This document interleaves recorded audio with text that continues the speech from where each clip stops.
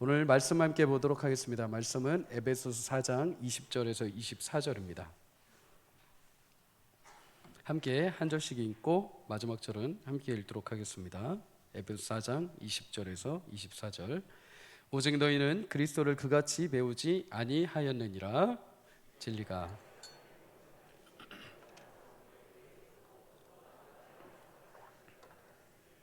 너희는 유혹의 욕심을 따라 썩어져가는 구습을 따르는 옛사람을 벗어버리고, 함께 읽습니다. 하나님을 따라 의와 진리의 거룩함으로 지으심을 받은 새 사람을 입으라. 아멘. 오늘도 귀한 말씀을 통해서 하나님의 지혜와 또 교훈을 깨닫는 시간이 되시기를 주의 이름으로 축복합니다. 간혹 태국이나 동남아시아 가신 분들은 아마 보셨을 겁니다. 코끼리 쇼입니다. 코끼리 쇼. 거대하고 강력한 코끼리가 10분의 1밖에 되지 않는 사람의 손에 이끌려서 채찍에 이끌려서 이렇게 쇼를 하는 것, 어떻게 보면 되게 안타까운 일이죠. 야생에서 맹수보다 강력하고 몸집도 크고 힘도 센 코끼리가 어떻게 사람에 이끌려서 그렇게 쇼를 할 수가 있을까? 인도에서 포획된 어린 코끼리를 훈련시킬 때 뒷다리에 쇠사슬을 묶고 그 끝에 말뚝에다가 걸어둔다고 합니다. 어린 코끼리는 자신의 힘으로 이 쇠사슬을 끊어보려고, 말뚝을 끊어보려고 열심히 노력을 하죠. 그런데 힘이 없다 보니까 끊기지가 않습니다. 코끼리의 의식 속에는 이런 생각이 드는 거죠. 내가 이것을 끊을 수 없구나, 나는 도망갈 수 없구나, 이런 의식이 형성되어 버립니다. 그 뒤로부터 이 어린 코끼리는 이제 빠져나갈 생각을 하지 않습니다. 도망갈 생각을 하지 못하는 거죠. 그리고 그 안에 머물러 버리게 됩니다. 근데 문제는 코끼리가 장성하지 않습니까? 이렇게 성체가 됩니다. 크게 됩니다. 힘도 더 세지고 더 강력한 에너지가 있음에도 불구하고 자신의 발에 있는 쇠사슬을 끊질 않습니다. 아무리 작은 못의 쇠사슬이 이어졌다 하더라도 머릿속에 각인되어 있는 거죠. 어린 시절에 나 이거 못 끊었어, 나는 지금도 끊을 수 없어 라는 한계의 생각이 코끼리의 마음을 주장하게 됩니다. 이렇게 충분히 힘을 갖고도 주어진 한계 속에서 스스로 벗어나지 못하는 것을 가리켜서 엘리펀트 신드롬, 코끼리 사슬 증후군이라고 합니다. 사람에게 적용을 해보자면 과거에 어떤 학습된 나의 무기력이 새롭게 뭔가를 변화시키고 새롭게 무엇인가를 할 수 있음에도 불구하고 그때의 기억 때문에 벗어나질 못하는 겁니다. 해결할 수 없고 더 이상 새로운 일을 나타낼 수 없는 상태인 것이죠. 그런데 이런 현상이 그리스도인들에게도 간혹 종종 나타납니다. 그리스도인의 시작은 여러분 어디에서 시작이 될까요? 엄밀히 말하면 죄로부터 시작하지는 않습니다. 하나님의 영광과 은혜의 모양으로 태초에 우리를 하나님이 창조하신 줄 믿습니다. 영화롭고 가치 있고 존귀한 하나님의 백성들로 창조하시고 복을 주셨습니다. 그리고 하나님이 주신 그 자유 가운데 유일하게 선악을 알게 하는 나무의 열매를 먹지 말고 대신 나머지의 모든 자유는 하나님이 다 허락하셨죠. 영광과 기쁨과 은혜와 감사와 충만한 은혜를 그 안에서 누리게 하셨습니다. 그와 더불어서 하나님이 태초에 사명을 하나 주셨습니다. 온 지구상의 만물과 모든 것들을 다스리고 너는 그곳에서 충만하라. 축복이죠. 하나님의 사명을 가진 자로 우리를 불러주셨습니다. 그런데 죄가 그 안에 들어오게 됩니다. 창세기 3장에 보면 아담과 하와가 하나님이 먹지 말라 하신 선악을 알게 하는 나무의 과실을 먹게 되죠. 이로 인해서 이제 죄가 들어오기 시작을 합니다. 인류의 몸에 죄가 치고 들어와서 사람을 지배하기 시작을 한 것이죠. 로마서 5장 12절에 보면은 한 사람 곧 아담의 불순종으로 인해서 죄가 세상에 들어왔다라고 말씀을 합니다. 그리고 이렇게 죄의 결과는, 죄의 삭은 사망이 되는 거죠. 어느 누구도 이 죄의 결과인 사망에서 벗어날 수가 없게 됩니다. 그래서 인생은 허망한 또 방탕한 육체의 소욕을 탐하는 삶으로 매일같이 치닫게 되죠. 그런데 이뿐만이 아닙니다. 죄로 인해서 허망한 인생을 사는 것뿐만 아니라 더 큰 비참함은 무엇이냐? 하나님과의 관계가 끊어져 버린 거죠. 에베소 2장 12절에 보면은 그때 너희는 약속의 언약들에 대해서 외인이었다라고 말합니다. 제한 밖에 있던 사람이라는 거죠. 하나님의 풍성한 사랑과 의와 진리와 거룩함에서 너희는 연결되어 있는 자들이 아니었다는 겁니다. 끊어져 있던 밖의 사람이다. 다시 다른 말로 표현해 보자면 하나님께서 처음에 너에게 주셨던 영광스러운 형상과 모양이 깨어져 버렸다는 겁니다. 찌그러져 보였다는 거죠. 처음에 너에게 주셨던 사명이 있는데 그 사명을 이룰 수 없을 정도로 망가진 상태, 그것이 죄 가운데 있던 우리의 모습이라는 겁니다. 분명 과거에 하나님의 형상과 존귀한 피조물로 우리가 창조되었지만은 죄로 인해서 그 성품과 형상이 깨어지게 됩니다. 제 기능을 발휘하지 못한 거죠. 그래서 마치 하나님 없는 자처럼 어둠 가운데 허랑방탕하게 하나님의 생명에서 끊어져서 우리는 살아온 존재들입니다. 감각 없이 그저 죄에 자신의 몸을 내어 맡기는 삶, 예수를 믿지 못하는 인생, 그것이 지난주에 보았던 17절에서 19절까지 이방인 곧 예수를 믿지 않는 사람들의 삶의 모습이라는 것이죠. 그런데 그러한 우리에게 하나님은 찾아오셔서 우리에게 새 일을 행하셨습니다. 시편 107편 14절 우리 성도님들 다 함께 읽도록 하겠습니다. 시작. 흑암과 사망의 그늘에서 인도하여 내시고 얼거맨 줄을 끊으셨도다. 아멘. 하나님께서 우리 가운데 죄를 끄집어내시고 우리 발에 묶여있던 죄의 사슬을 끊어주신 줄 믿습니다. 여러분, 그리고 이제 우리가 원래 살아가야 될 하나님의 존귀한 백성들로 하나님은 우리를 회복해 주신 줄 믿습니다. 여러분, 코끼리가 발에 사슬이 끊어졌다고 한다면 이제 어떻게 살아야 됩니까? 다시 그 우리에 갇혀 살아야 됩니까? 아니죠. 대자연을 누리며 다시 맹수보다 더 강력한 힘으로 자연에게 주셨던, 자신에게 주셨던 그 능력만큼은 살아내야 됩니다. 그럼에도 때로 우리는 그 발에 묶여있는 쇠사슬에 있는 코끼리처럼 우리에게 영원한 자유와 기쁨과 능력이 허락되었음에도 불구하고 아직도 내 가운데 있는 죄의 사슬에 끊임없이 발에 붙들려서 그 사슬의 반경에서 벗어나지 못할 때가 있습니다. 사랑하는 성도님들, 하나님은 예수 그리스도를 통해 죄의 사슬을 끊어주시고 하나님의 존귀한 자녀로 우리를 살게 하셨음을 믿으시기를 주의 이름으로 축복합니다. 옛 습성이 여러분들을 끊임없이 붙잡고 계십니까? 그것을 끊어낼 수 있는 은혜와 용기와 그리스도의 은혜가 이곳 가운데 임하기를 주의 이름으로 축복합니다. 이제 우리 발에 매여있던 죄의 사슬이 예수님의 십자가의 은혜로 끊어졌고 새롭게 산 하나님의 백성들답게 살아갈 수 있는 담력과 은혜가 있기를 축복합니다. 여러분, 자유케 된 삶, 그것은 이제 내 마음대로 죄를 행해도 된다라는 의미가 아닙니다. 이제 내가 구원받았으니까 하나님의 은혜와 영광을 내가 누렸으니까 내가 이제 마음껏 죄를 범해도 하나님이 살아가시니까 괜찮겠지. 아니요. 여러분, 내가 구원받았으니까 방탕한 삶을 살겠다는 것이 결코 아닙니다. 하나님이 우리에게 주신 은혜와 자유는 그동안에 내가 세상을 향해 살던 그 자유를 다시 돌이켜서 하나님의 영광을 위해 살게 된 자유임을 믿습니다. 회복된 자유는 하나님의 영광과 거룩한 존귀와 하나님의 거룩한 영화로운 삶을 살아내기 위해 하나님께서 새롭게 우리에게 부여하신 자유입니다. 그래서 그 삶을 통해서 하나님이 이제 거룩하심과 영광과 존귀와 의로우심과 긍휼과 사랑과 은혜와 풍성함을 여러분의 삶을 통해 드러내길 원하시는 것이죠. 에베소 1장 23절은 여러분 분명하게 말하고 있습니다. 우리 다 함께 읽어보도록 하겠습니다. 시작. 교회는 그의 몸이니 만물 안에 만물을 충만하게 하시는 이의 충만함이니라. 아멘.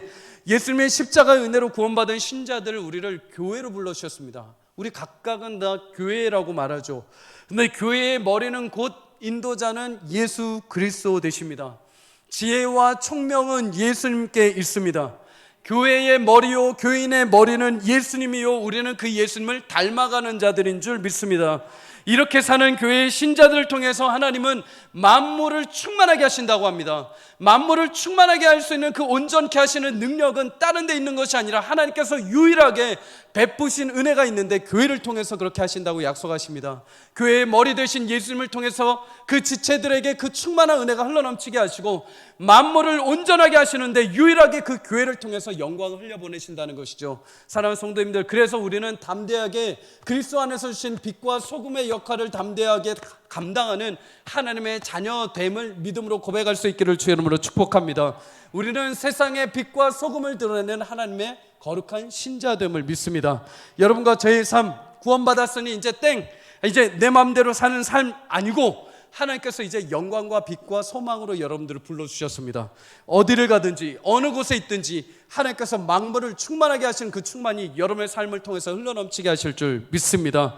어둠 가운데 있는 수많은 백성들이 여러분의 삶을 통해서 예수님의 빛을 보게 될 줄 믿습니다. 썩어져가고 무너져 있는 영혼들이 여러분의 말 한마디, 여러분의 실행 하나를 통해서 빛을 보고 소망을 보게 될 줄 믿습니다. 그러하기 위해서 하나님이 우리를 불러주셨습니다.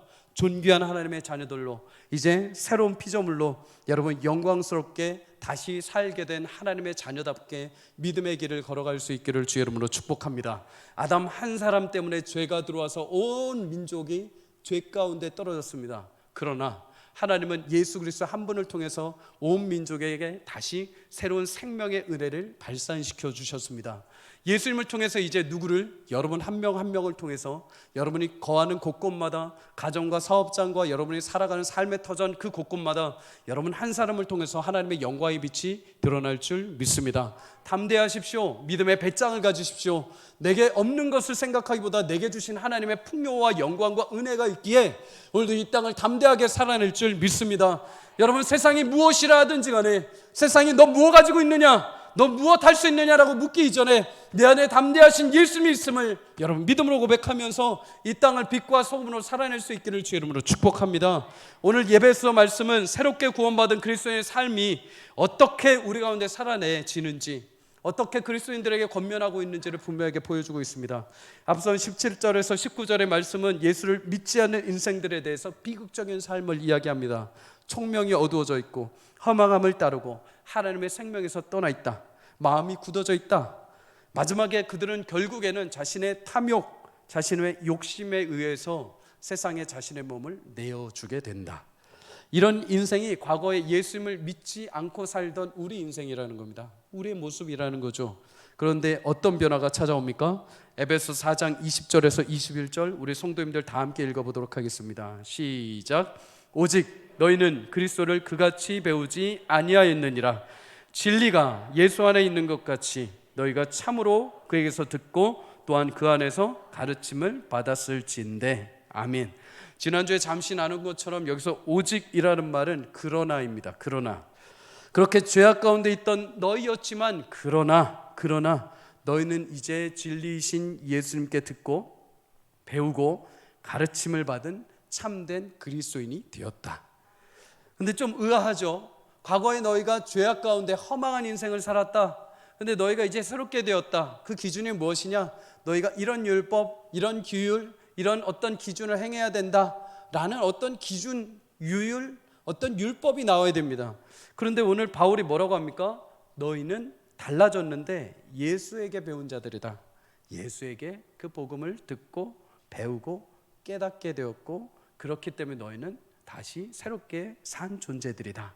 우리는 여기서 기독교의 진리를 하나 발견하게 됩니다. 기독교는 어떤 율법이나 도덕, 어떤 행위를 시작하는 데서부터 시작되는 것이 결코 아닙니다. 그 전에 진리이신 예수님을 만나면서 우리 신앙이 시작되는 줄 믿습니다. 예수님을 아는 지식이 먼저 우리 신앙의 기초가 되어야 될 줄 믿습니다. 바울은 너희가 예수에 대해서 들었다. 예수에게 너희가 듣고 깨닫고 배웠다라고 말합니다. 여러분, 바울은 사실 이방인들에게 예수님에 대해서 가르쳐 주었습니다. 근데 바울은 희한하게 얘기를 하죠. 너희는 예수에게 들었다. 예수에게 배웠다. 예수에게 깨달음을 얻었다. 무슨 말입니까? 진리, 복음 자체가 곧 예수님이라는 겁니다. 말씀이 곧 예수님이라는 것입니다. 구원이 곧 예수님께 있다는 겁니다. 너희가 들은 말씀은 어떤 지식도 아니요, 어떤 가르침도 아니요, 곧 예수님을 만난 것이다. 그 복음의 능력이요 구원이 되시는 예수님을 너희가 만난 것이다. 여러분, 우리가 한 가지 기억해야 될 것이 있습니다. 신앙생활을 하면서 우리가 왜 힘을 잃고 우리가 자꾸만 지식적으로 자꾸만 평가만 하고 왜 그렇게 되는지 아십니까? 예수님에 대해서 알기 때문입니다. 예수님에 대해서는 똑똑합니다. 예수님이 이런 분이야, 이런 가르침을 했어, 성경에 이런 말씀이 있어, 이렇게 해야 돼, 이게 기준이야 라고 많이 합니다. 그런데 정작 예수님을 모릅니다. 예수님이 내게 어떤 분이시고 나의 어떤 죄악을 덮어주셨고 내게 영원한 하나님이시여 아버지 되시고 나의 죄악을 십자가에서 도말하셨고 나의 영원한 구세주가 되심을 인격적으로 만나는 예수님을 알지 못하기에 우리는 자꾸만 지식적으로 평가하고 판단하고 다른 누군가와 비교해서 신앙을 점검하려고 한다는 것이죠. 사랑하는 성도님들, 예수님을 만날 수 있기를 주님으로 축복합니다. 예수님에 대해서 아는 것이 아니라 예수님을 알아가십시오. 예수님은 단 한 번도 무리들 속에 나를 알아라라고 하지 않습니다. 한 사람 한 사람 찾아가십니다. 한 사람 한 사람 변화를 시켜주십니다. 교회는, 진짜 교회는 여러분 화려하게 치장돼서 교회가 되지 않습니다. 화려하게 무엇인가 그럴듯한 프로그램을 해서 교회되지 않습니다. 예수님을 인격적인 만남을 잇는 목회자, 예수님을 만난 성도들이 있을 때 그 교회는 빛을 발하게 되는 줄 믿습니다. 그 교회는 변화되는 줄 믿습니다. 사랑하는 성도님들, 저와 여러분 모두가 예수님에 대해서 하는 것이 아니라 예수님을 만날 수 있기를 주의 이름으로 축복합니다.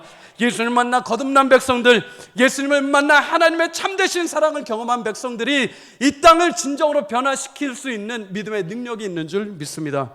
여러분, 그러면 예수님은 자신을 어떻게 알려주셨습니까? 갈라디아서 1장 4절을 우리 다 함께 읽도록 하겠습니다. 시작. 그리스도께서 하나님 곧 우리 아버지의 뜻을 따라 이 악한 세대에서 우리를 건지시려고 우리를 죄를 대속하기 위하여 자기 몸을 주셨으니, 그럼 앞선 이방인들, 예수를 알지 못하는 사람들, 죄 가운데 살아가는 사람들의 목적과 방향이 있습니다. 그것은 바로 자기 몸입니다. 자기 몸의 만족을 위해 자기 몸에 그럴듯한 옷을 입고 그럴듯한 배를 채우고 그럴듯하게 남들이 바라보아 주는 어떤 것을 얻기 위하여서 그렇게 살아가는 겁니다. 성경의 말씀을 빗대어 표현하자면 육신의 정욕, 안목의 정욕, 이생의 자랑을 위해 살아가는 거죠. 죄로 인해서 허망해져 죽을 수밖에 없는 몸의 쾌락과 만족을 위해 살아가는 것, 그것이 예수님을 알지 못하는 사람들의 삶의 모습입니다. 그런데 이제는 너희는 그렇지 않다. 예수님이 그렇게 살지 않으셨고 너희는 그 예수님을 만났다. 예수님은 여러분 어떻게 사셨습니까? 죄가 없으신 분이 죄 가운데 우리 인생에 오셔서 아버지의 뜻을 따라서 자기 몸을 계속 감추려고 하는 인생들을 대신해서 자기의 몸을 내어주셨습니다. 이 땅에서 성육신에 오셔서 십자가 위에 달려 죽으시고 우리 죄를 사해 주신 줄 믿습니다. 그런데 예수님이 보여주신 이 놀라운 사건은 여기서 끝이 아닙니다. 가장 중요한 게 남아있죠. 에베소서 1장 14절에서 15절에 보면 그 죽으심 육체를 통해 우리와 하나님 사이에 막혀있는 중간에 막힌 담, 죄로 인해서 하나님과 막혀있던 그 모든 담을 허물어 주셨습니다. 하나님과 화목하게 해주셨다는 거죠. 화목하게 하셨다, 이것은 두 가지 의미가 있습니다. 첫 번째는 우리가 그 어떤 제약 앞에서도 하나님 앞에 나아갈 수 있는 은혜를 얻게 되었다는 것입니다. 히브리서 4장 16절 우리 성도님들 다 함께 읽겠습니다. 시작. 그러므로 우리는 긍휼하심을 받고 때를 따라 돕는 은혜를 얻기 위하여 은혜의 보좌 앞에 담대히 나아갈 것이니라. 아멘. 여러분, 그리스도인들은 예수 그리스도를 통해 하나님의 보좌 앞에 담대히 나아갈 수 있는 은혜를 얻게 된 줄 믿습니다. 그런데 그 보좌가 어떤 보좌입니까? 은혜의 보좌라고 합니다. 은혜의 보좌.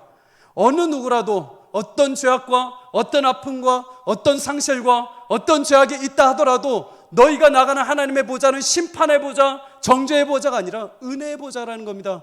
너희는 예수 그리스도 은혜로 옷 입고 이제 하나님 앞에 나갈 때 그 은혜 옷을 입고 나갈 때 하나님은 너희를 은혜롭게 보아 주신다는 겁니다. 이것이 어떻게 가능합니까? 예수님을 통해서입니다. 예수님이 하나님과 우리 사이에 거룩한 화목 제물이 되어 주셨습니다. 화목하다, 조화로운 상태가 되었다는 거죠. 로마서 5장 10절에 보면 우리가 그 전에 하나님과 원수되었다고 합니다. 죄로 인하여서 하나님과 싸울 수밖에 없는 존재들이 됩니다. 우리가 하나님 앞에 건너갈 수도 없고 하나님 우리 안에 오실 수도 없습니다. 죄가 관용하는 우리 가운데 하나님이 오시면 죄가 반응을 하기 때문에 하나님은 우리를 죽이실 수밖에 없는 거죠. 원수가 되었습니다. 그러나 하나님은 그의 아들을 죽이심으로 우리와 화목하게 된 줄 믿습니다. 예전에 하나님과 다시 우리 사이가 거룩한 하나님의 형상이요 영광이요 모양이었던 것처럼 하나님이 우리를 다시 그렇게 자녀 삼아 주셨습니다. 그래서 에베소 1장 14절을 보면 예수님을 가리켜서 화평이라고 말합니다. 에이렌의 평안, 안식, 평강이라는 거죠. 예수님은 평화를 주시는 분이 아닙니다. 예수님은 여러분에게 안식을 주시는 분이 아닙니다. 예수님 자체가 우리의 평안이요 안식이요 화평이 되는 줄 믿습니다. 사랑하는 성도님들, 세상이 주는 평화는 잠시 잠깐의 감정입니다. 가정에도 평화가 있을 수 있죠. 그런데 어느 순간 어떤 일이 발생할지 모릅니다. 나라도 마찬가지죠. 나라와 민족과 민족이 서로 전쟁을 하며 잠시 휴전을 하지만 언제 또 전쟁이 터질지 아무도 알 수가 없습니다. 우리 인생은 어떻습니까? 하루하루 치열하게 전쟁과 같은 삶을 살다가 집에 돌아옵니다. 잠시 잠깐의 안식을 누리죠. 그러나 내일 다시 떠나야 되는 전쟁터와 같은 삶, 염려와 불안이 우리 가운데 엄습해 오죠. 근데 여러분, 이것보다도 더 큰 불안과 염려가 있습니다. 무엇입니까? 죄로 인해서 우리가 하나님과 원수가 되어서 우리의 마지막 날 하나님 앞에 서는 그날, 하나님의 백보자 심판 앞에 서야 되는 두려움과 염려이죠. 그 심판 앞에서는 어느 누구도 벗어날 수가 없습니다. 마지막 그날 우리의 죄 때문에 하나님 앞에 우리는 심판과 정죄를 받게 됩니다. 그런데 이제 우리는 그 두려움과 염려 가운데 벗어났다고 합니다. 예수님 때문에. 예수님은 우리에게 평화요 화평이요 하나님과 화목하게 하신 제물이 되어주셔서 이제 하나님 앞에 나갈 때 우리는 정죄와 심판이 아니요 하나님의 은혜와 하나님의 긍휼과 하나님의 사랑을 받는 존재들이 된 줄 믿습니다. 이 땅에서도 마찬가지입니다. 세상의 불안과 염려, 수시로 일어나는 고민과 아픔들 속에서도 예수님이 우리 마음 가운데 오시면 우리는 참된 평안과 샬롬을 얻게 되는 줄 믿습니다. 요한복음 16장 33절은 이렇게 말씀하셨습니다. 이것을 너에게 이르는 것은 너희로 내 안에 평안을 누리게 하려 함이라. 세상에서는 너희가 환난을 당하나 담대하라, 내가 세상을 이기었노라. 아멘. 사랑하는 여러분, 예수님이 우리 가운데 임하셔서 세상이 줄 수 없는 참된 평안과 평강이 우리 심령 가운데 오늘 이 자리 가운데 임하기를 주의 이름으로 축복합니다. 예수님이 하나님과 화목하게 이루시기 위해 이 세상의 가장 큰 고민이고 가장 큰 문제였던 것, 죽음을 해결하셨습니다. 그 죽음의 고민과 염려에서 우리를 자유케 해방해 주셨습니다. 그래서 안심해라, 내가 너희의 모든 인생의 최종적인 원인과 두려움과 문제였던 죽음을 내가 해방하였다. 사랑하는 성도님들, 예수님이 우리 가운데 임하셔서 이 평안과 참된 기쁨과 위로, 그 안식이 오늘 우리 가운데 임하기를 주의 이름으로 축복합니다. 두 번째로 화목해 하셨다는 것은 하나님을 향해 새로운 방향이 정해졌다는 겁니다. 에베소 4장 23절은 이렇게 말하죠. 오직 너희의 심령이 새롭게 되었다. 예수님의 가르침과 그 복음의 진리를 통해서 우리의 심령이 이제 새롭게 되었다고 말씀을 합니다. 여기서 새롭게 되었다는 것은 리뉴입니다. 리뉴, 영어의 의미로 보자면 갱신하는 거죠. 다시 재기시키는 겁니다. 재개하는 겁니다. 모습이 새로워진다기보다는 그동안에 멈춰있던 일을 다시 시작하는 겁니다. 다시 우리에게 갱신이 되었다는 거죠. 무엇이 새롭게 되었느냐? 심령이 새롭게 되어서, 심령, 다시 말해서 마음의 태도입니다. 마음이라는 것은 우리 모든 인생의 발전기와 같습니다. 그런데 마음에 따라서 우리는 움직이고 행동을 하게 되는 것입니다. 여러분, 예수님이 우리 가운데 심령, 마음의 태도를 새롭게 해주셨다는 것은 이전에 내가 마음의 태도와 방향이 죄를 향해 달려가던 것이 이제 우리의 마음을 새롭게 하셔서 그 방향을 180도 틀어주셨다는 거죠. 누구를 향해서? 하나님의 영광스러운 나라를 위해서 우리의 마음과 방향이 새롭게 다시 재건되었다는 겁니다. 그러면 여러분, 마음의 방향, 어떻게 우리의 마음의 방향이 새롭게 이렇게 다시 조정이 될 수 있을까요? 디도서 3장 5절은 이렇게 말합니다. 우리 다 함께 읽도록 하겠습니다. 시작. 우리를 구원하시되 우리가 행한 바 의로운 행위로 말미암지 아니하고 오직 그의 긍휼하심을 따라 중생의 씻음과 성령의 새롭게 하심으로 하셨나니. 아멘. 우리가 예수님을 듣고 보고 배우고 마침내 거듭난 모든 것들이 하나님의 신실한 은혜임을 믿습니다. 어느 누구도 스스로가 했다고 말할 수가 없죠. 심지어 마지막에 내 마음의 방향의 태도까지 새롭게 하시는 것은 성령의 역사인 줄 믿습니다. 그래서 에베소 2장 8절은 이 모든 구원의 행위와 역사가 오직 하나님의 선물이다, 하나님의 은혜이다. 성령은 우리 가운데 역사하셔서 그 은혜를 은혜되게 하시는 줄 믿습니다. 사랑하는 성도님들, 그러니 내가 무엇을 해서 자랑하고 내가 무엇을 안 해서 못해서 내가 민망하고 그런 거 하지 마십시오. 우리가 교회 다니는데 우리의 신앙의 삶의 태도는, 모든 고백은 그냥 하나님의 은혜입니다. 이 모든 것이 은혜입니다 라는 최종적인 결론과 입술의 고백이 나와야 될 줄 믿습니다. 내가 무엇을 해서 신앙이 이 정도 되었다, 내가 누구보다 이만큼 해서 내가 자랑할 거리가 되었다, 그런 건 아무런 의미가 없습니다.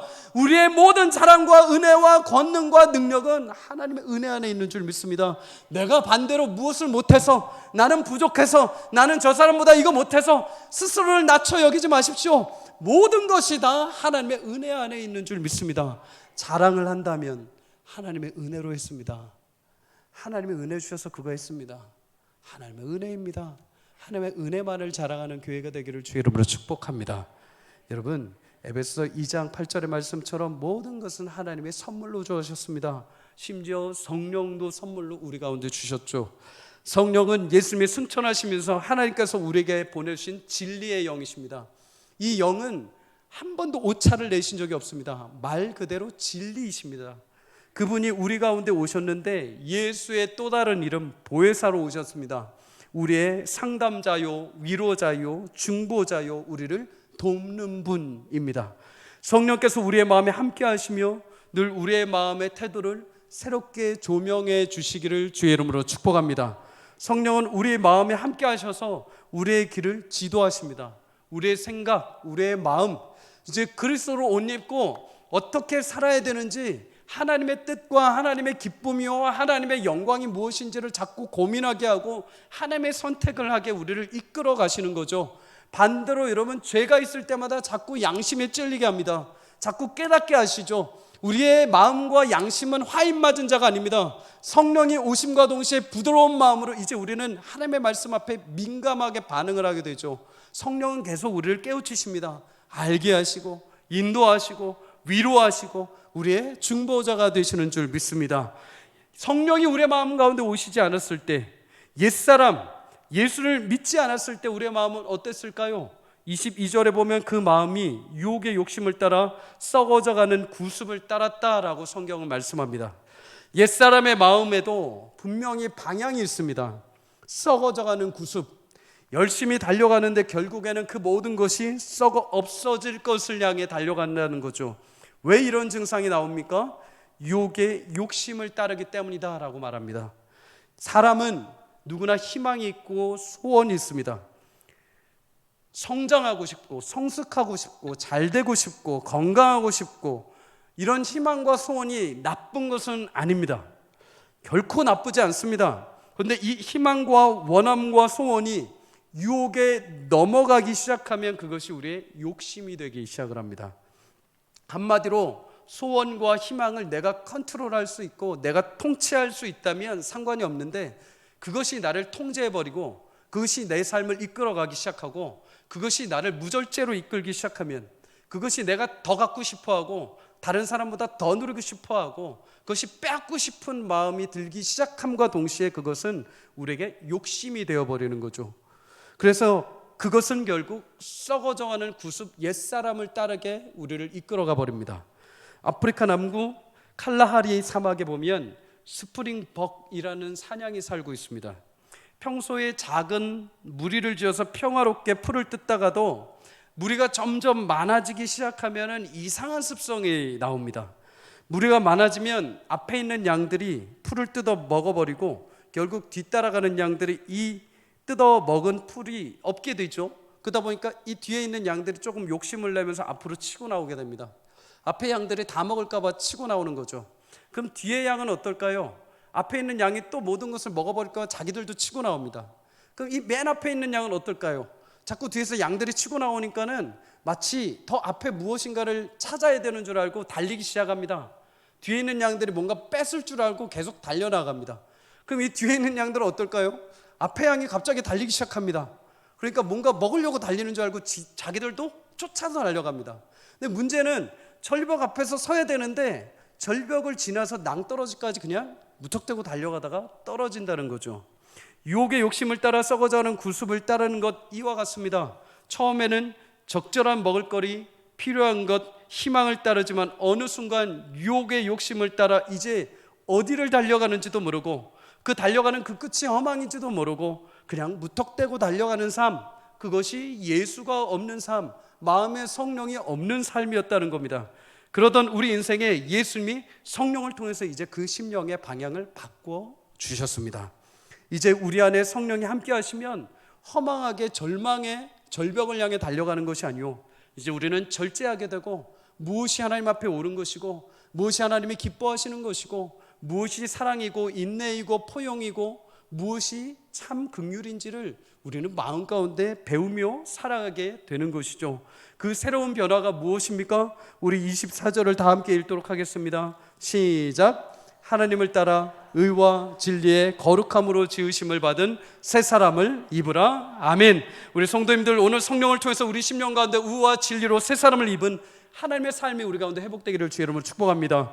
의와 진리와 거룩함, 의는 본질적으로 정직한 것을 말합니다. 틀리지 않은 거죠. 이거는 하나님만 가지고 계시는 겁니다. 거룩함도 마찬가지죠. 하나님의 거룩한 성품 중에 하나입니다. 그런데 이제 어떻게 되었다는 겁니까? 우리는 진리이신 예수를 통해 이제 의롭게 된 그리스도인들이다. 이제 진리이신 예수님을 통해 거룩함으로 옷 입은 하나님의 자녀들, 새 사람이 되었다. 리뉴가 되었다.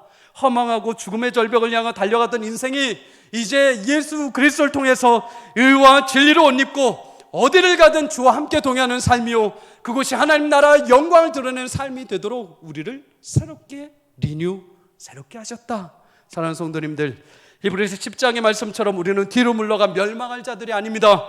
오직 영혼을 구원함에 이르는 믿음을 가진 그리스도인들이 된 줄 믿습니다.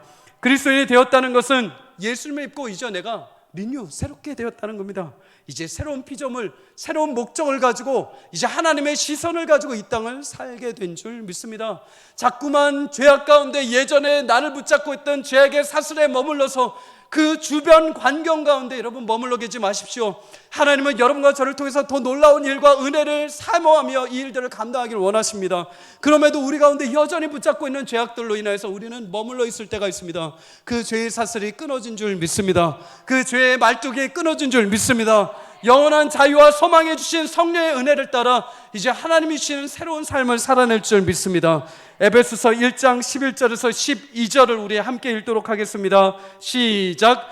모든 일을 그의 뜻의 결정대로 일하시는 이의 계획을 따라 우리가 예정을 입어 그 안에 기업이 되었으니 이는 우리가 그리스도 안에서 전부터 바라던 그의 영광의 찬송이 되게 하려 하심이라. 아멘.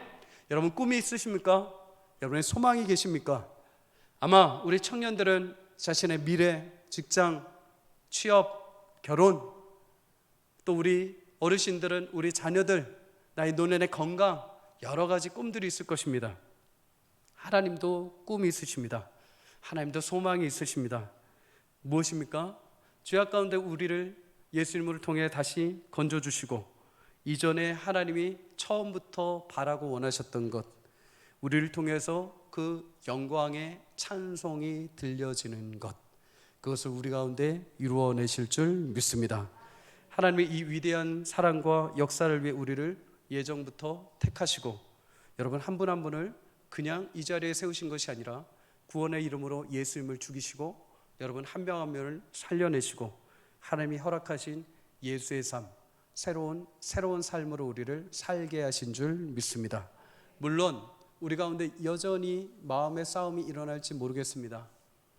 여전히 나의 죄악된 과거의 습성들, 벗어날 수 없는 한계가 나를 붙들고 끊임없이 안 된다 말하고 끊임없이 제약을 말하고 끊임없이 사람에 대한 평가, 판단, 교회에 대한 생각, 내 인생에 대한 저주, 나의 한계, 나의 자녀들에 대한 비관, 나의 직장에 대한 아픔들, 그런 것들 우리 끊임없이 싸울지 모릅니다.